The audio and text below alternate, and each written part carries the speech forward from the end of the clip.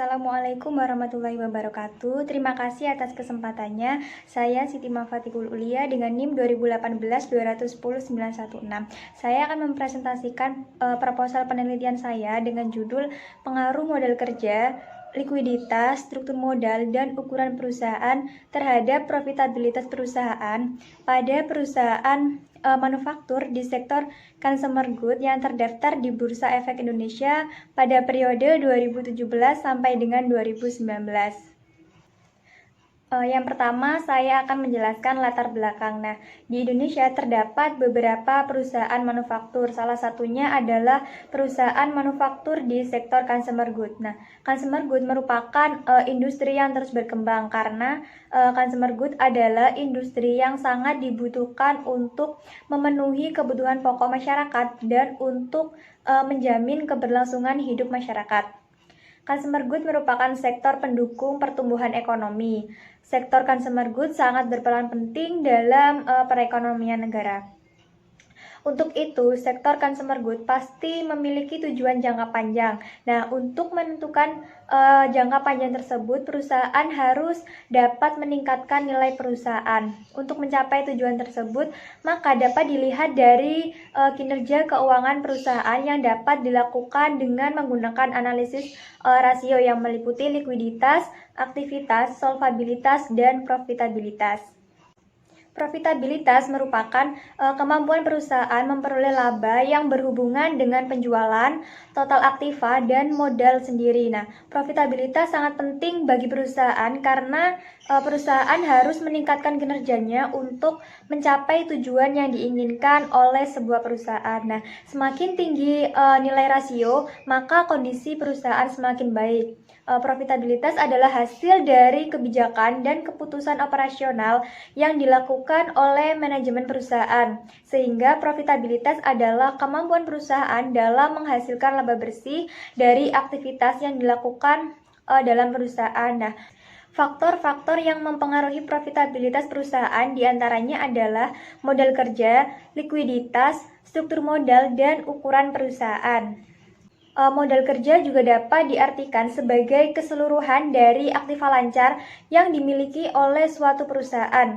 Dengan kata lain, modal kerja merupakan investasi yang ditanamkan dalam bentuk aktiva lancar atau aktiva jangka pendek, seperti kas, surat berharga, piutang, persediaan, dan aktiva lancar lainnya. Nah, variabel modal kerja ini dipilih karena adanya perbedaan hasil penelitian terdahulu, yaitu hasil dari Putri Nawalani dan Lestari yang dilakukan pada tahun 2015 menyatakan bahwa variabel perputaran modal kerja berpengaruh positif signifikan terhadap profitabilitas. Nah, sementara penelitian yang dilakukan oleh Medi Yustiani pada tahun 2016 menyatakan bahwa modal kerja tidak berpengaruh positif signifikan terhadap profitabilitas.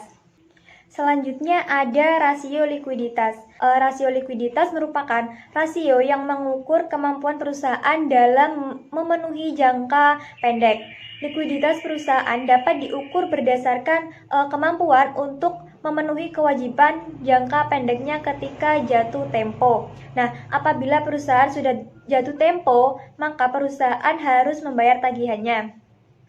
Perusahaan yang dapat menyelesaikan kewajiban keuangannya tepat waktu yang telah ditentukan, maka perusahaan tersebut berada dalam keadaan likuid. Nah, sebaliknya, jika perusahaan tidak mampu membayar kewajiban keuangannya pada waktu yang telah ditentukan, maka perusahaan tersebut dalam keadaan illiquid.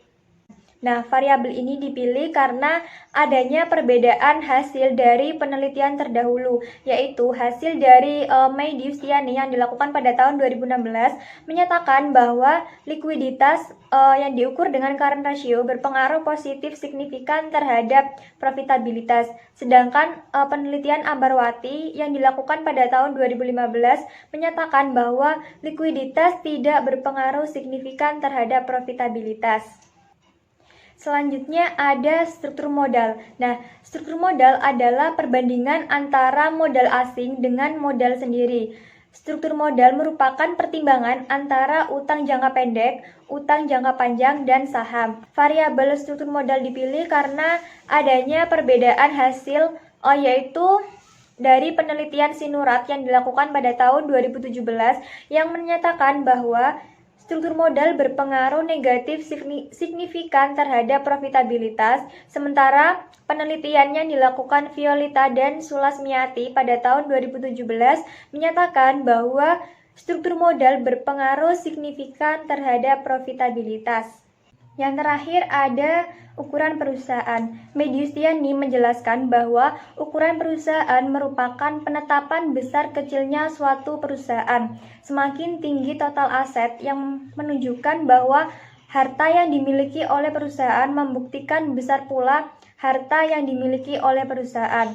Variabel ini dipilih karena adanya perbedaan dari hasil penelitian terdahulu, di mana Mediustiani menyatakan bahwa ukuran perusahaan berpengaruh negatif signifikan terhadap profitabilitas, sedangkan penelitian yang dilakukan oleh Anggarsari dan Seno Aji yang dilakukan pada tahun 2018 menyatakan bahwa ukuran perusahaan berpengaruh terhadap profitabilitas perusahaan. Nah, berdasarkan perbedaan hasil dari penelitian terdahulu tersebut, maka penulis akan meneliti ulang karena ada hasil penelitian sebelumnya yang menunjukkan hasil yang berbeda, sehingga perlu penelitian kembali tentang faktor-faktor yang mempengaruhi profitabilitas. Selanjutnya ada rumusan masalah. Berdasarkan latar belakang tersebut, maka permasalahan pokok dalam penelitian ini adalah 1. Apakah modal kerja secara parsial berpengaruh positif terhadap profitabilitas perusahaan manufaktur di sektor consumer good yang terdaftar di Bursa Efek Indonesia? Kemudian yang kedua, apakah likuiditas secara parsial berpengaruh positif terhadap profitabilitas perusahaan manufaktur di sektor consumer good yang terdaftar di Bursa Efek Indonesia? Kemudian yang ketiga, apakah struktur modal secara parsial berpengaruh positif terhadap profitabilitas perusahaan manufaktur di sektor consumer good yang terdaftar di Bursa Efek Indonesia? Dan yang terakhir, apakah ukuran perusahaan secara parsial berpengaruh positif terhadap perusahaan manufaktur di sektor consumer good yang terdaftar di Bursa Efek Indonesia? Selanjutnya ada tujuan penelitian. Nah, berdasarkan rumusan masalah tersebut, maka tujuan yang ingin dicapai dari penelitian ini adalah 1. Untuk menguji pengaruh modal kerja secara parsial berpengaruh positif terhadap profitabilitas perusahaan manufaktur di sektor consumer good yang terdaftar di Bursa Efek Indonesia. Kemudian yang kedua, untuk menguji pengaruh likuiditas secara parsial berpengaruh positif terhadap profitabilitas perusahaan manufaktur di sektor consumer good yang terdaftar di Bursa Efek Indonesia. Kemudian yang ketiga, untuk menguji pengaruh struktur modal secara parsial berpengaruh positif terhadap profitabilitas perusahaan manufaktur di sektor consumer good yang terdaftar di Bursa Efek Indonesia. Dan yang terakhir, untuk menguji pengaruh ukuran perusahaan secara parsial berpengaruh positif terhadap profitabilitas perusahaan manufaktur di sektor consumer good yang terdaftar di Bursa Efek Indonesia. Selanjutnya saya akan menjelaskan kerangka pemikiran. Nah, di sini ada modal kerja atau H1 berpengaruh terhadap profitabilitas, kemudian ada likuiditas atau H2 berpengaruh terhadap profitabilitas, kemudian yang ketiga struktur modal atau H3 berpengaruh terhadap profitabilitas, dan ukuran perusahaan atau H4 berpengaruh terhadap profitabilitas. Selanjutnya saya akan menjelaskan tentang uji hipotesis. Dalam penelitian ini terdiri dari beberapa hipotesis penelitian yang digunakan sebagai acuan awal, yaitu latar belakang dan tujuan masalah yang ingin dicapai dari penelitian ini berdasarkan penelitian terdahulu. Yang pertama, H1 atau modal kerja yang diukur dengan working capital turnover secara parsial berpengaruh positif terhadap profitabilitas perusahaan manufaktur di sektor consumer good yang terdaftar di Bursa Efek Indonesia. Kemudian yang kedua atau H2, likuiditas yang diukur dengan current ratio secara parsial berpengaruh positif terhadap perusahaan manufaktur di sektor consumer good yang terdaftar di Bursa Efek Indonesia. Selanjutnya H3 atau struktur modal yang diukur dengan debt to equity ratio secara parsial berpengaruh positif terhadap profitabilitas perusahaan manufaktur sektor consumer goods yang terdaftar di Bursa Efek Indonesia. Nah, yang terakhir, H4 atau ukuran perusahaan yang diukur menggunakan firm size secara parsial berpengaruh positif terhadap profitabilitas perusahaan manufaktur di sektor consumer goods yang terdaftar di Bursa Efek Indonesia. Yang terakhir, saya akan menjelaskan tentang teknik analisis data. Nah, teknik analisis data yang digunakan pada penelitian ini adalah yang pertama ada analisis deskriptif. Analisis deskriptif merupakan teknik analisis yang digunakan untuk menganalisis dengan menggambarkan atau mendeskripsikan data yang telah terkumpul oleh peneliti sebagaimana adanya. Nah, analisis deskriptif secara umum digunakan untuk menggambarkan variabel penelitian seperti modal kerja, likuiditas, struktur modal, dan ukuran perusahaan.